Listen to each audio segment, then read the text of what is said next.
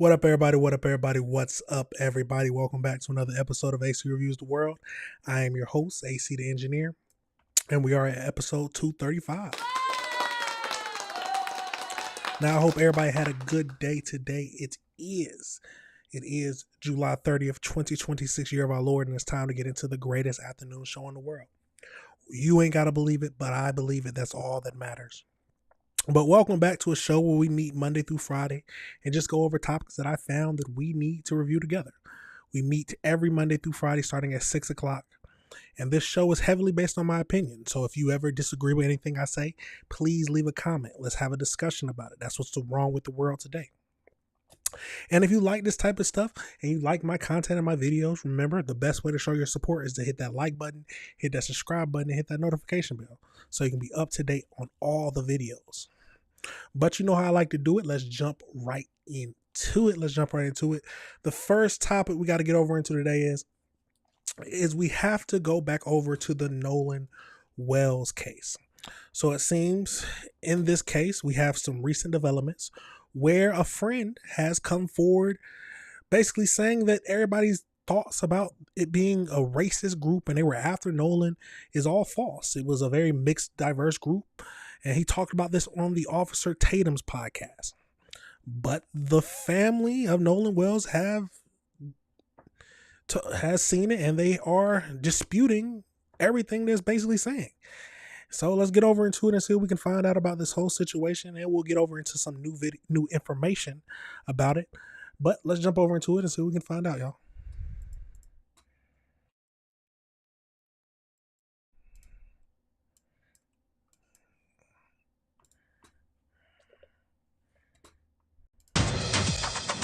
With the autopsy results inconclusive, rumors continue to swirl around the death of Nolan Wells, the 18-year-old who was found dead after boating with his friends on 4th of July weekend. Wells' parents and their attorney, Ben Crump, spoke with Chris Cuomo earlier tonight, and Nolan's mother said there's only one question she wants answered. Watch.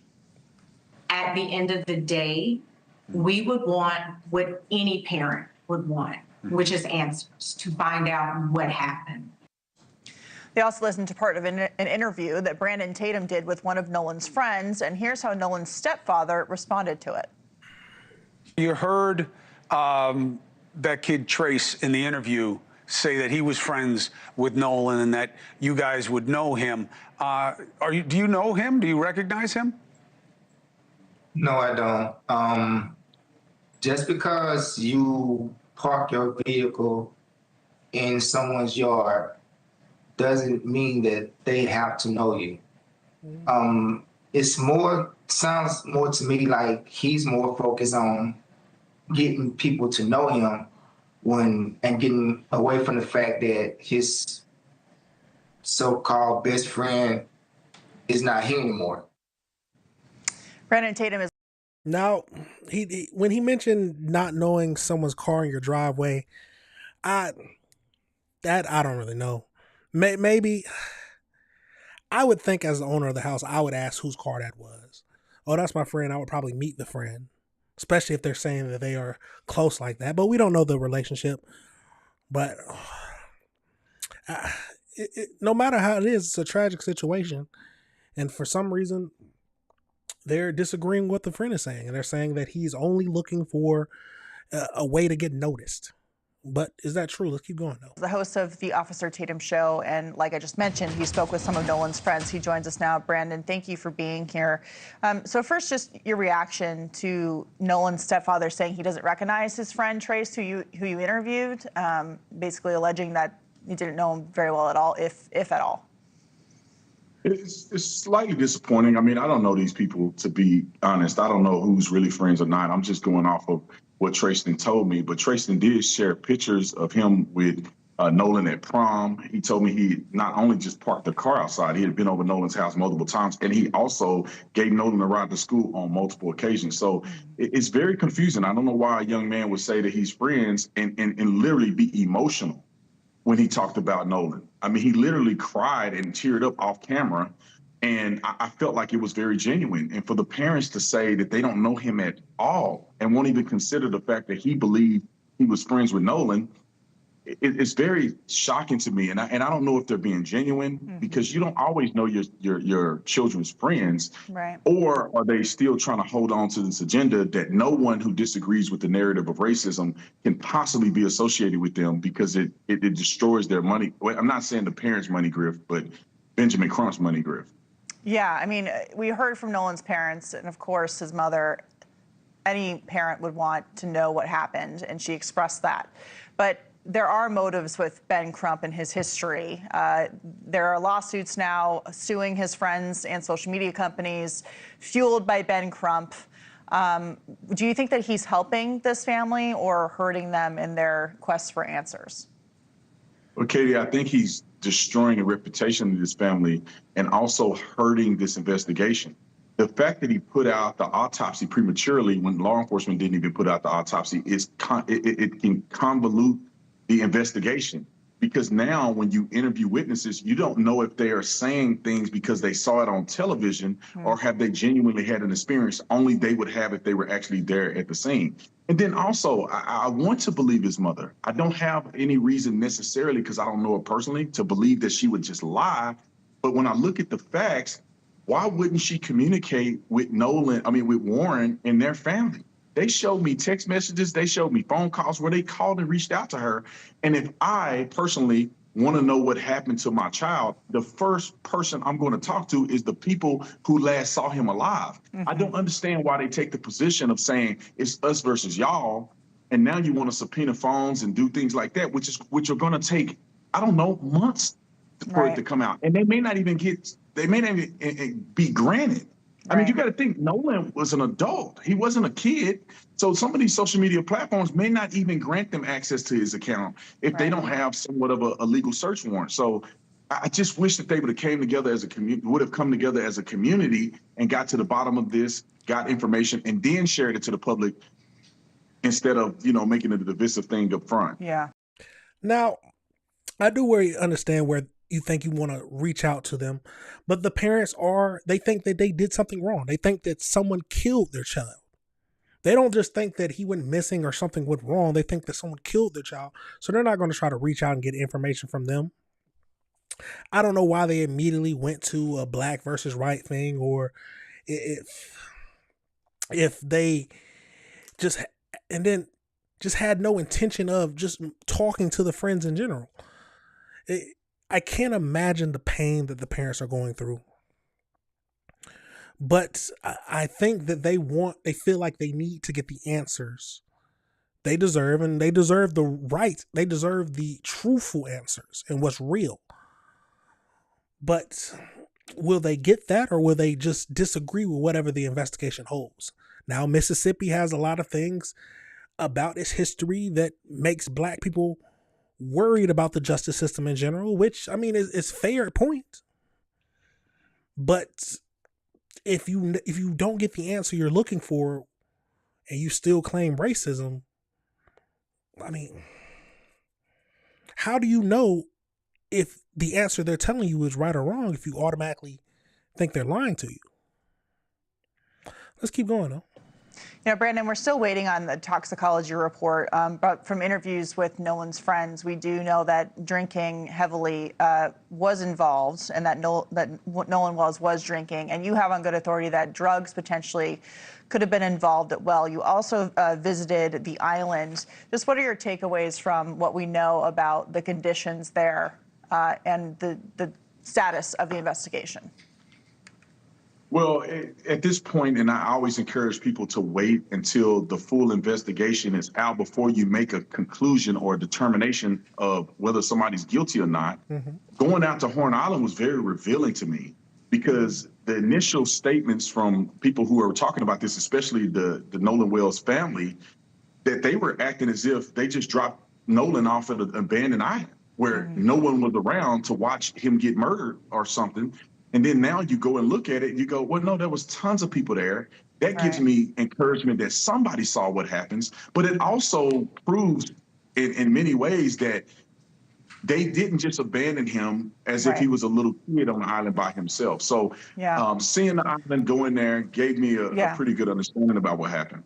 Now, I didn't see anybody claim that he just dropped him off. That, well, a lot of people are claiming that there's no one talking about, or their whole issue is no one saying anything about the last moments. The only thing they've gotten is that their friend said they left him with a girl. The girl says that that she heard him saying, "I'm going back," and they haven't gotten any more information about who saw him after that. But I do think it was such a populated place. It was just looking at the videos that we've seen of the area.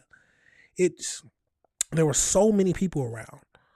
So if somebody would have seen them doing something wrong, I would think. Or in general, but the thing is, people say they would also see him drowning. So there's a lot of things that are coming out, but the main thing is we got to wait for is the autopsy results.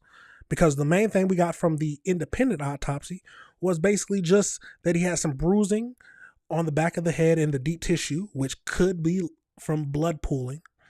And then he also had the throat missing. That was the main things from the autopsy. So we have to wait from the independent autopsy. So we have to wait for the official autopsy and the toxicology to know if what we truly need to find out. But let's keep going. Certainly injecting race, and we don't have all the facts either, is not helpful. And we will continue to watch this. Brandon Tatum, thank you for joining us. It's a tragic situation, and the family wants answers, which is rightfully deserved. But like I've said several times, will they be happy with the answers they get? And will they accept them, or will they think that everybody's lying to them and it's a racist agenda?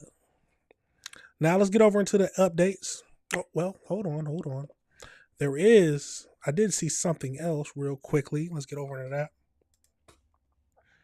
Let's get over into this next video because it was talking about some updates to it. Let's get over into that. The lawyer for the family of Nolan Wells reveals new evidence in their investigation into how he died. Wells was only 18 years old when he disappeared during a 4th of July boating trip with friends off the coast of Mississippi's Horn Island. Days later, his body was found in the water off the Gulf Coast, leading the family to commission a separate autopsy. Minutes ago, the family's attorney, Ben Crump, announced that his team has hired oceanic experts and that investigators will also analyze audio tapes connected to the case. ABC's Peter Haralambous joins me now for more. What else did Ben Crump announce today about their investigation? Yeah, James, Ben Crump basically saying that his team is doing everything they can to figure out what happened to Nolan Wells, vowing to dot every I, cross every T. 3 specific steps he mentioned is having these forensic audio experts listen to the radio transmissions from the boat that was supposed to bring Nolan Wells back to shore.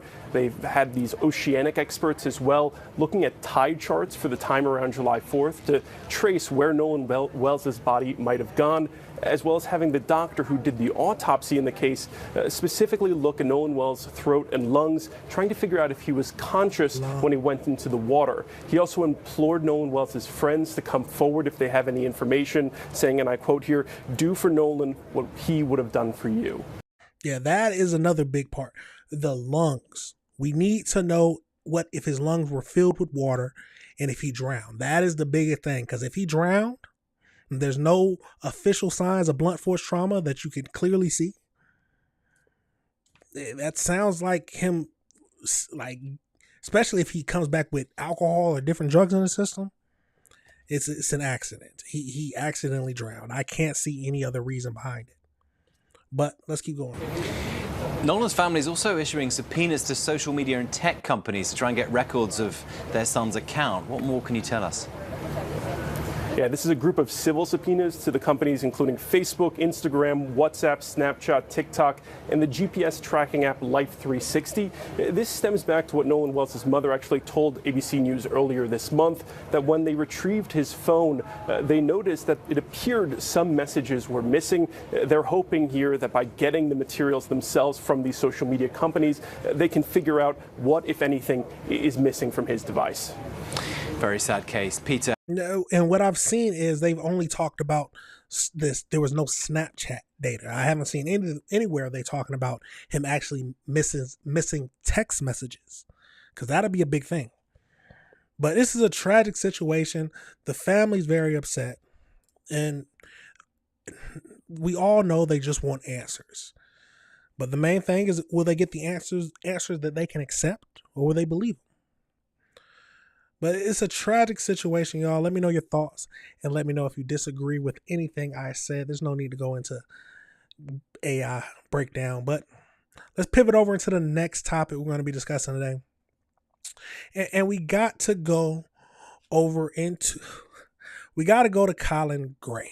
Yes, this man, Colin Gray, the father of school shooter Colt Gray, who ended up killing 4 people, injuring 11 during his attempted school shooting in Georgia.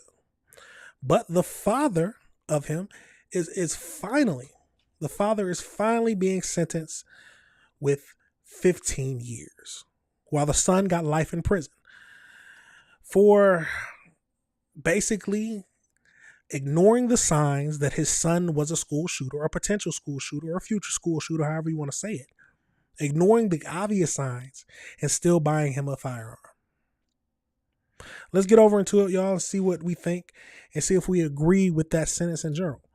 Remember, y'all, if you like this content, hit that like button, hit that subscribe button, and hit that notification bell. Let's get over into it.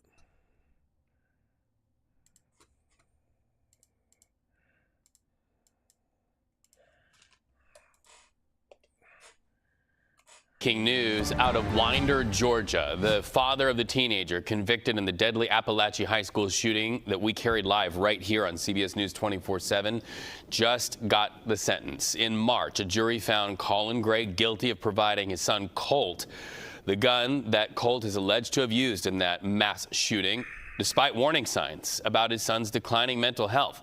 Let's listen in from court just a moment ago.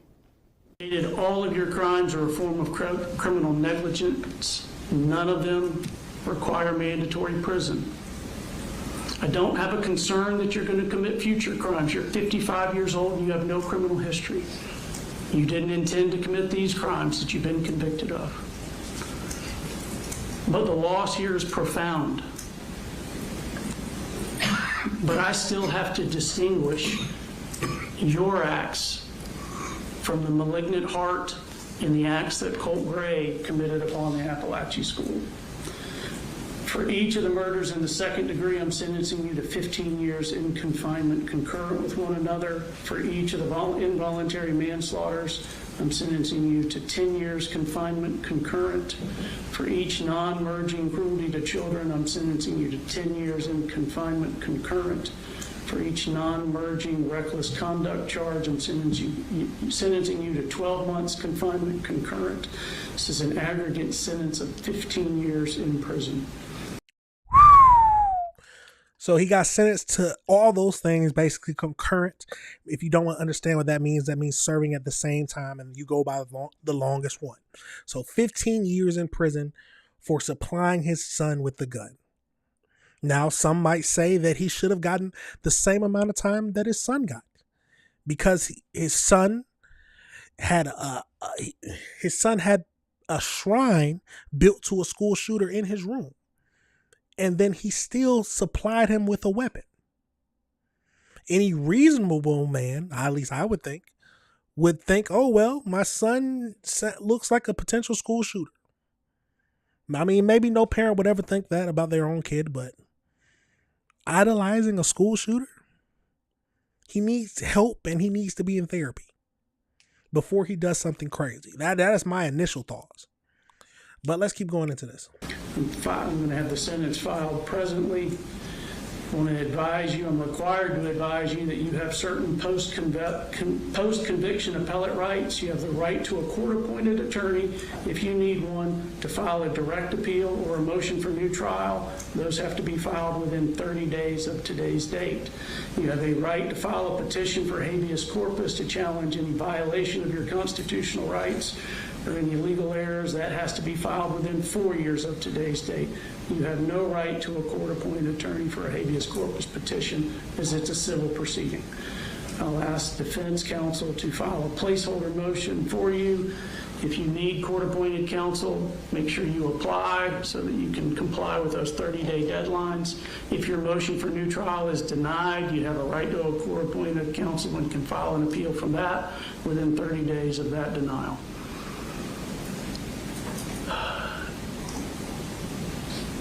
This only closes the legal chapter of this horror. The pain, the heartache, they continue. I understand that. I hope all of you know that this community loves you, and I ask that God gives you peace. Thank you. We're adjourned.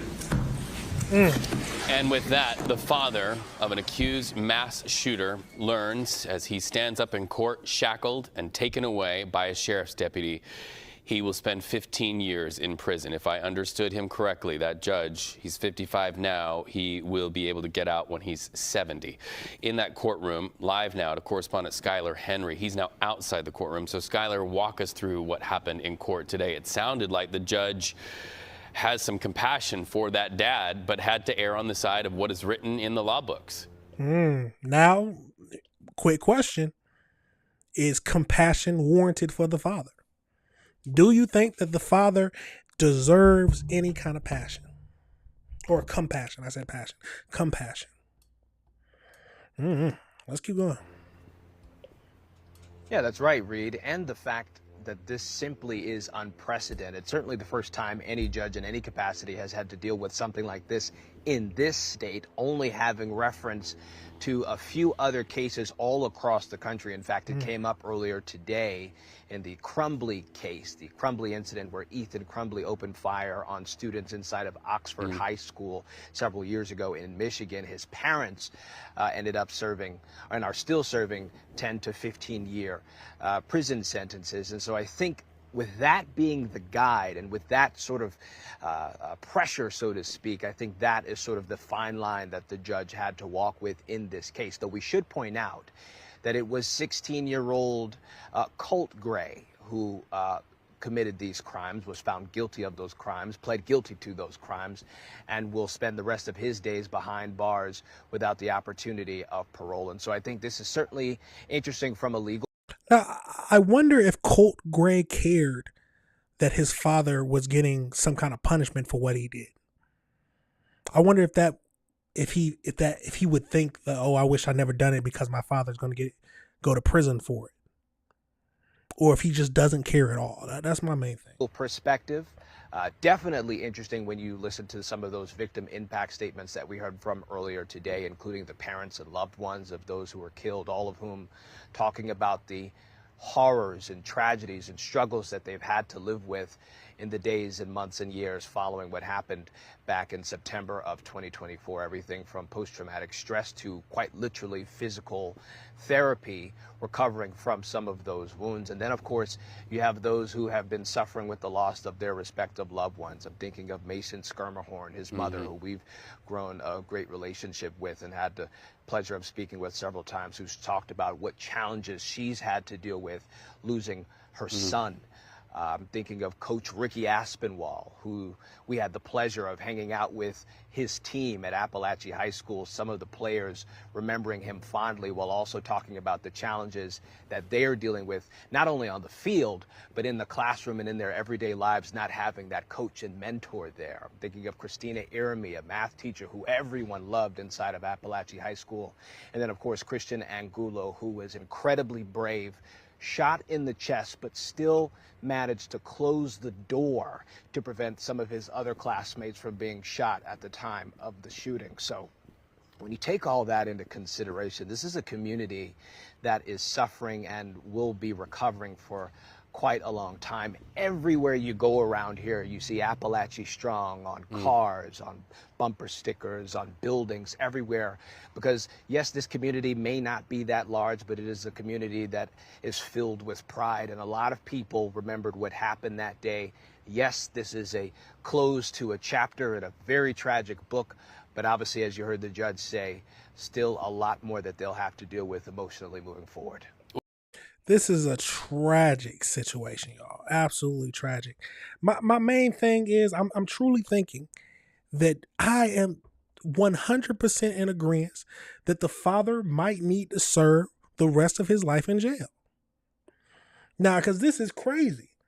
How do you give your son a gun, even though he has a shrine to a school shooter in his room, and the police even came to you and said, yes, watch out for your son? If I was the parents of one of the kids killed, I would have fought the father. Simple as that. I would have fought him and beat him down. Because there is no way that you should have given your gun in any kind of situation. Why didn't you have him in some kind of therapy?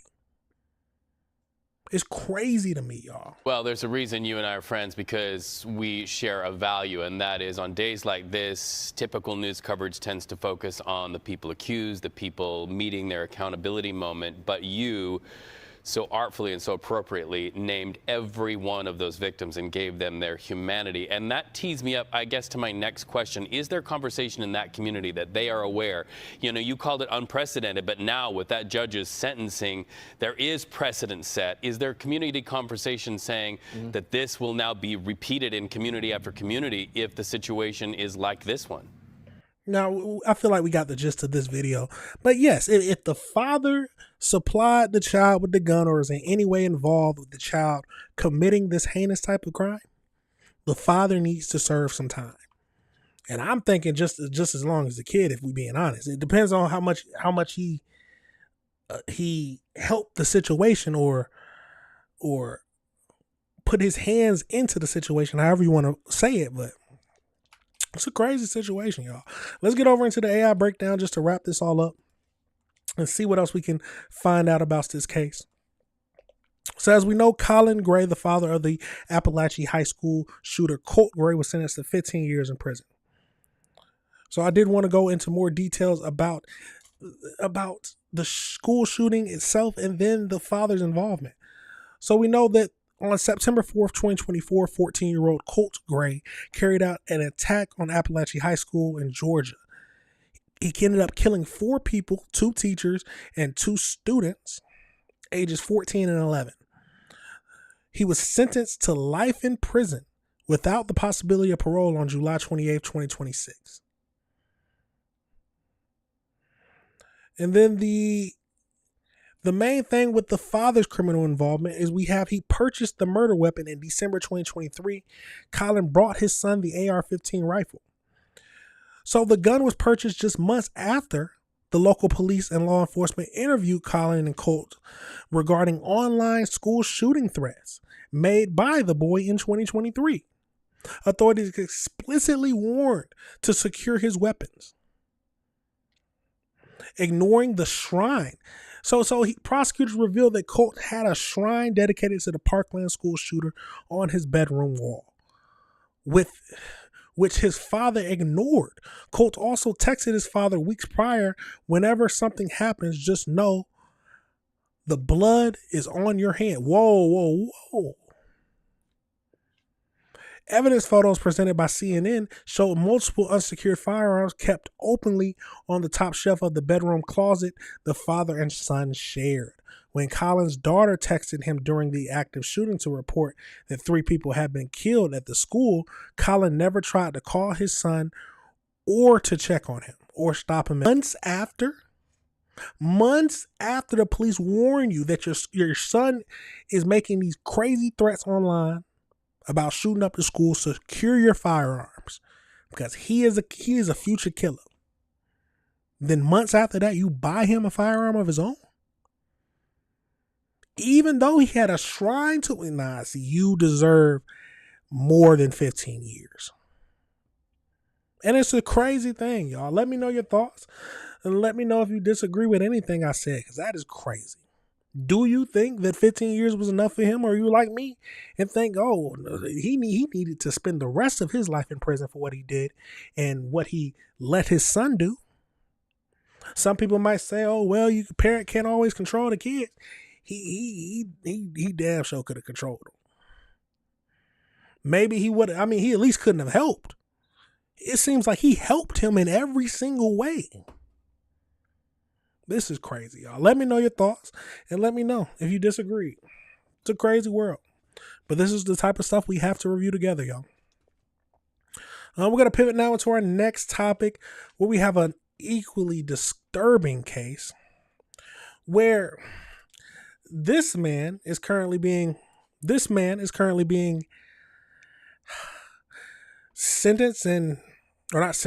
man is currently facing, let me say this right. This man is currently facing first degree, second degree murder, and sexual assault of his sister-in-law after he planned this attack for years and even practiced his chokehold on stuffed animals.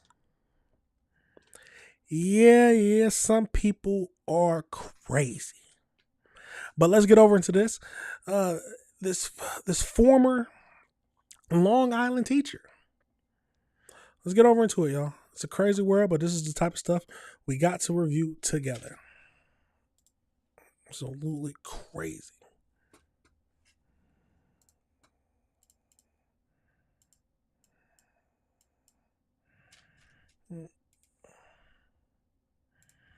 Let's pull it up.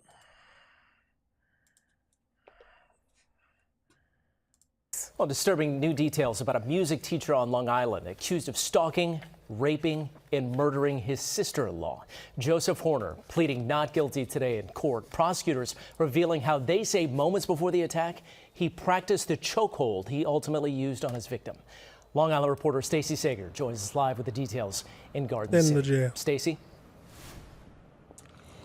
Well, Mike, prosecutors say Joseph Horner was living a lie, that he was secretly obsessed with his wife's sister, and that he did even practice how he would kill her. Well, now a grand jury has indicted him for both murder and rape. 27-year-old Joseph Horner now charged in a murder case that gets more and more chilling with each new detail from prosecutors. Here in court, they said he spent about 10 years lusting after Victoria Castle, his wife's sister. And then 1 month ago, here at the home where they all lived in North Massapequa, his wife was out of town. And this picture was captured on surveillance video.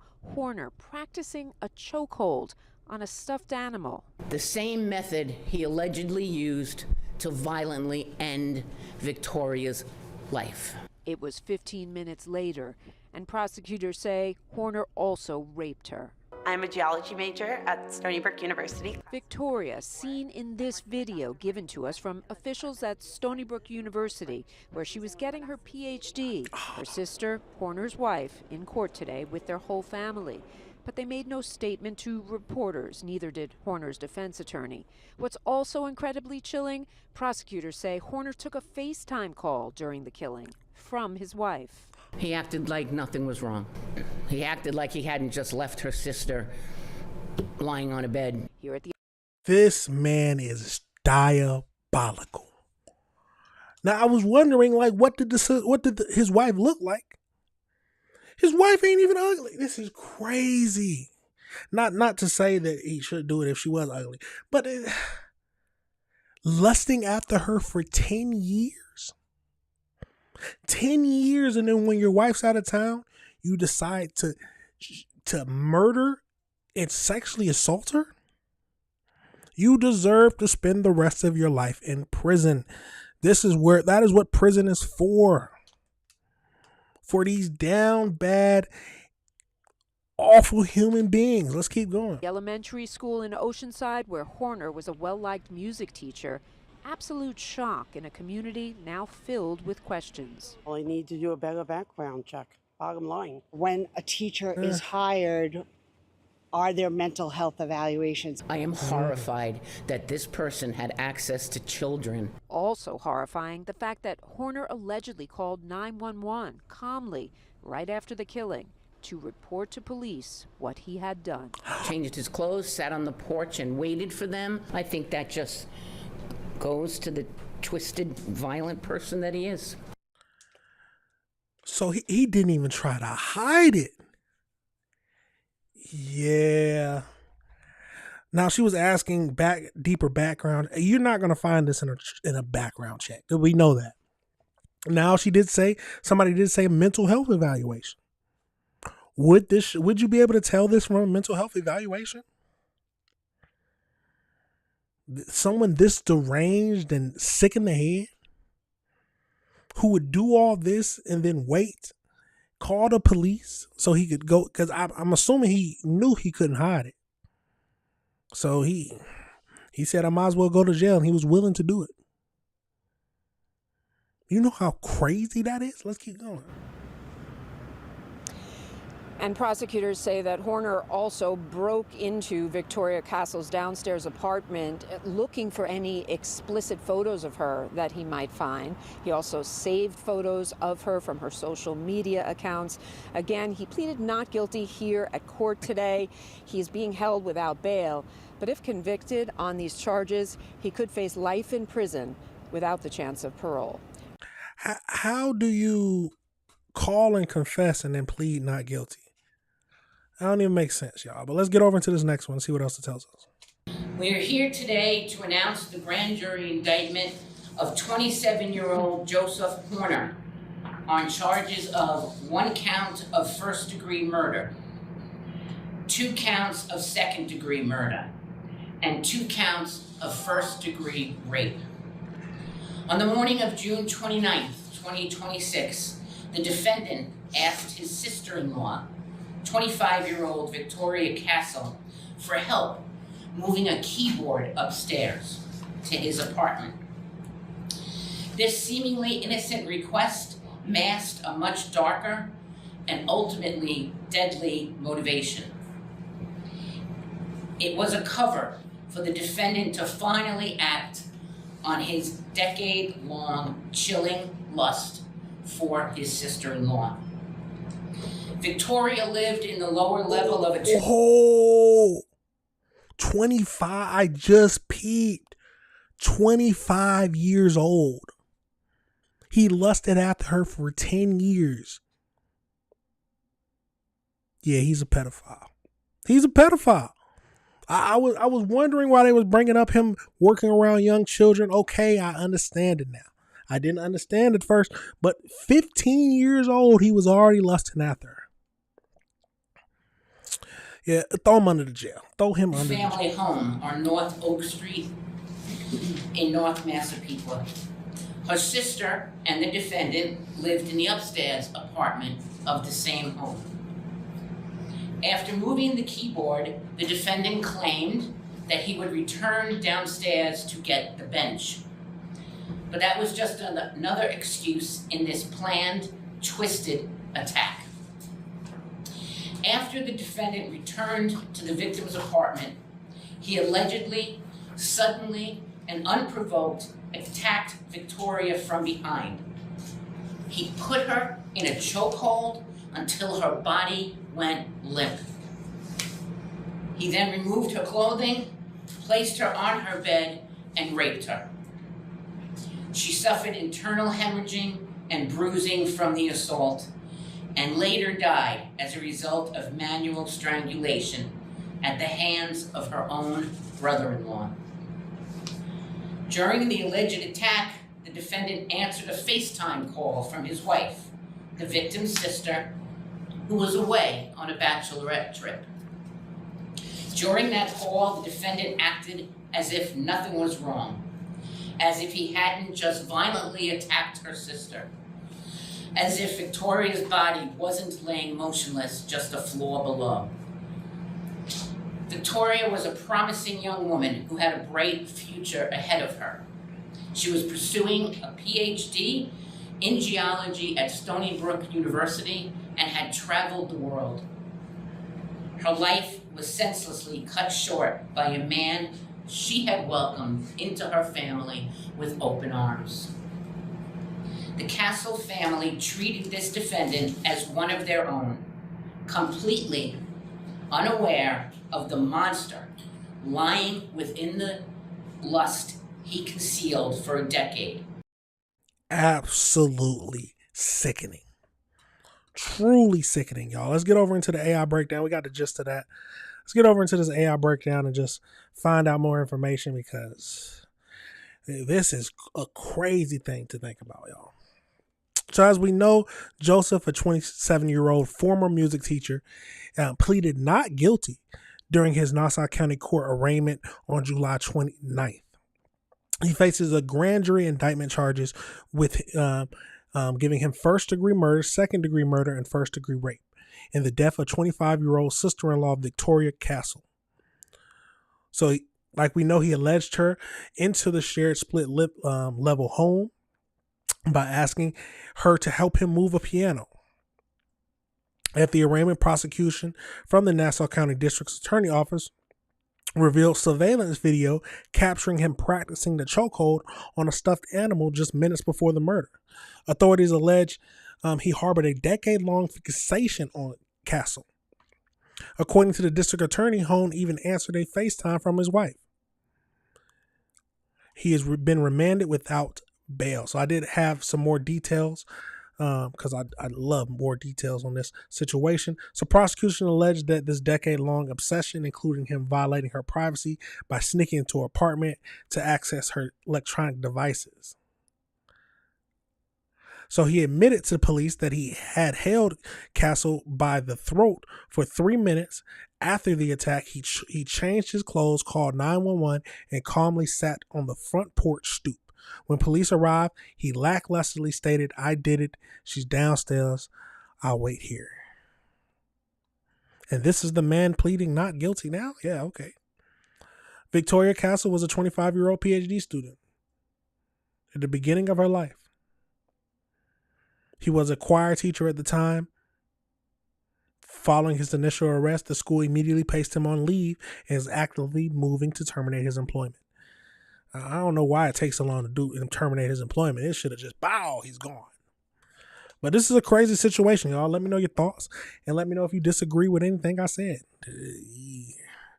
15, that's the age he wanted his sister-in-law? He's a pedophile. It's as simple as that. Let me know your thoughts, y'all. We're going to pivot over into our last topic we're going to be discussing today. And we got to go over to Dr. Fauci. I feel like I always say his name wrong. Dr. Fauci, however you say his name. But the COVID doctor, that's who we always think about. But he has just, Dr. Fauci pleaded not guilty. Dr. Fauci pleaded not guilty over 100 times. Yeah, I said that right. Dr. Fauci pleaded not guilty over 100 times after being asked questions about the diary that just released. He obviously didn't want to tell nobody anything, or didn't want to incriminate himself. That's the reason you plead the fifth. But over 100 times. Now let's get over into a couple videos, and then of course we'll get over into the AI breakdown just to get more information on it. Remember, y'all, if you like this type of content, hit that like button, hit that subscribe button, and hit that notification bell. Let's get over into it.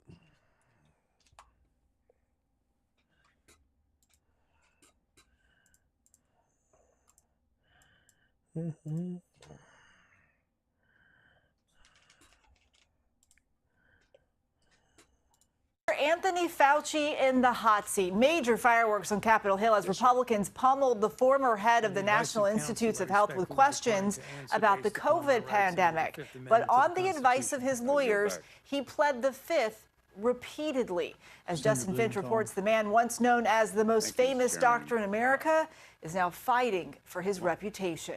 The man once hailed as the nation's savior got pummeled today as he pleaded the fifth, a grand total of 111 times. What color tie are you wearing? On the advice of counsel, I respectfully decline to answer based upon my rights under the Fifth Amendment to the Constitution. What color's the carpet in front of you? On the advice of counsel, on the advice of counsel, on the advice of counsel. When his attorney All right. Oh, okay, now I'm already getting the gist of it. So a lot of these questions, they were just trying to prove that he'll only plead the fifth.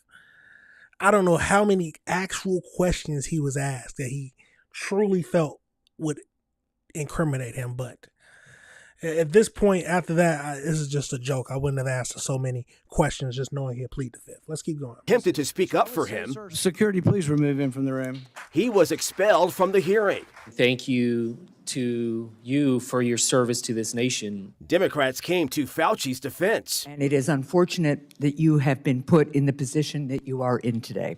But the hearing was dominated by Republicans who hold the now 85-year-old Fauci responsible for mistakes made during the COVID pandemic. You got rich while people were dying. Who the do you think you were for doing that? What a difference 6 years makes. Thank you very much, Mr. President. In March 2020, as the nation faced the historic crisis, Dr. Fauci's soothing confidence made him an instant celebrity. You are seen to many as a superhero, but you are a human being, and you've been working nonstop. He seemed to be on TV all the time, even talk shows. Brad Pitt played him on SNL.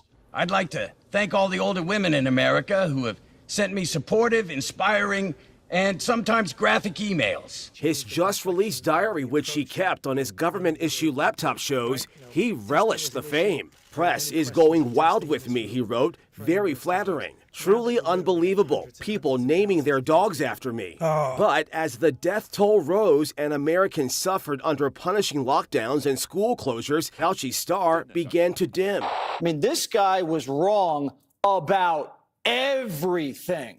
And it's all documented. It is whiplash, right? It's this one figure who is invested with all the trust and hope of America. This is the face of public health. This is the public health response. And now we're seeing the flip side of it in the, extended hangover after the pandemic. On the advice of counsel, I respectfully decline to answer based upon my rights under the Fifth Amendment. Before the questioning began, Dr. Fauci explained that he was pleading the fifth because he believed Senator Rand Paul and other Republican senators were attempting to entrap him into saying something that could lead to perjury or criminal prosecution. Now, this is a crazy situation, y'all. Let's get over into the AI breakdown because it'll give us more details, because I want to know what exactly in the diary that made people so upset and what exactly he might have been scared that he said in his diary that was different from what he said to the public. So let's get over into that and see what we can find out. So, as we know, Dr. Fauci invoked his Fifth Amendment 111 times during the July 29th high-profile hearing.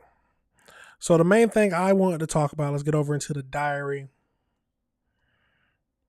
So the release of Dr. Fauci's 1,141-page private diary by the senator sparked intense scrutiny over three preliminary areas.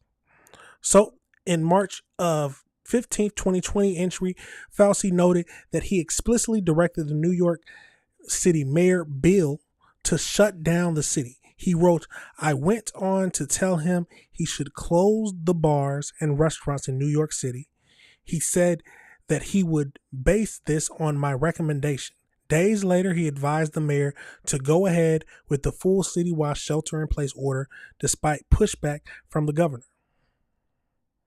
So I'm confused. Pandemic lockdown and stay-at-home orders. Fauci noted that he explicitly directed the New York City, he wrote. So the public report, Dr. Fauci frequently minimized his personal role in forcing lockdowns, repeatedly telling the public and Congress that he did not possess the authority to mandate closures and that those decisions were strictly up to the state and local officials. Okay, I can see that. Okay. He lied. Well, I don't know. They said they're based off his recommendation and he recommended they close it and they did it. Okay. So the diary also detailed a high-stakes February 1st, 2021 conference call where the top international science debated whether the virus was engineered. In his journal, he recorded that the group was deeply fractured and that the vast majority of the scientists felt that deliberate insertion was possible, concluding that we could not let this go. Critics argued that Fauci and his allies quickly pivoted to public suppressing the lab leak theory. Shortly after that call, Fauci heavily promoted a natural animal to human spillover as a definitive explanation while treated the lab leak hypothesis as unsubstantial conspiracy theory. Okay. So that's a big one. So even though, even though the scientists themselves said, okay, it's possible that this could have leaked out of a lab, he went to the public and said, no, there's no way this could leak out from a lab. That's just a conspiracy theory. This is definitely from the animal to human spillover, blah, blah, blah. Okay. So, and then he unvarnished private opinions of politicians directly clashed with his diplomatic public persona. He described President Donald Trump briefings as painful ramblings and accused him of spewing nonsense and being a true embarrassment. Furthermore, following a bitter 2021 congressional clash over the Wuhan lab funding, Fauci wrote that critics like the senator total nutcakes. So during the pandemic, Fauci routinely downplayed the media's reports of tension between himself and Trump, maintaining a professional measure and nonpartisan demeanor in front of the cameras. Okay, of course, no one's going to talk bad about their boss in public. I'm not surprised. While the Republicans view these contradictions as proof of the calculated public deception, Fauci's supporters and health experts argue that the diary merely reflects a scientist navigating immense political chaos and shifting data in real time. There are some things in where I can say, okay, some of that looks like hiding, especially about where he was immediately disputing that it could have been a lab leak somewhere. But I guess for the public's opinion, you don't want to cause panic. But it was already a lot of panic in general, so I don't know. What are your thoughts, y'all? Do y'all think that he deserves to be charged for this? Some people say, well, he was Trump's man, that Trump is the one who had him doing all this. Is it ultimately on Trump who found him or put him in this position? It's a crazy world, y'all. Let me know your thoughts and let me know if you disagree with anything I said. That is it for today, y'all. We talked about a lot of crazy things. Remember, if you like this type of content, hit that like button, hit that subscribe button, and hit that notification bell. And if you disagree with anything I said today, please leave a comment. Let's have a discussion. Leave a dislike. Let's talk about it. That's what's wrong with the world today. But you already know, y'all, these videos will be broken down, and I got to play that video outro before we end it for today. But I'll see y'all tomorrow for our last show of the week. Peace.